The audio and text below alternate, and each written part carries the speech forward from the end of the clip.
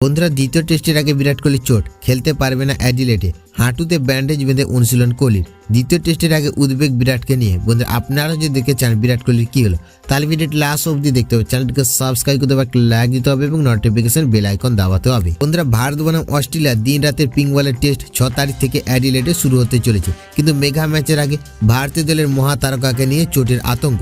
ভারতীয় দল মঙ্গলবার অ্যাডিলেডে অনুশীলন সারে বর্ডার গাভাস্কার ট্রফি দ্বিতীয় টেস্টের আগে হঠাৎই উদ্বেগ বৃদ্ধি করলো ভারতীয় দলের অনুশীলনের একটি ছবি।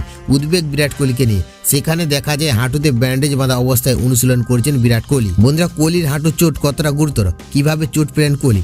অনুশীলনের সময় ব্যাটিং শেষে হঠাৎ দেখা যায় দলের ফিজিও এসে বিরাট কোহলির হাঁটুতে ব্যান্ডেজ বাঁধছে।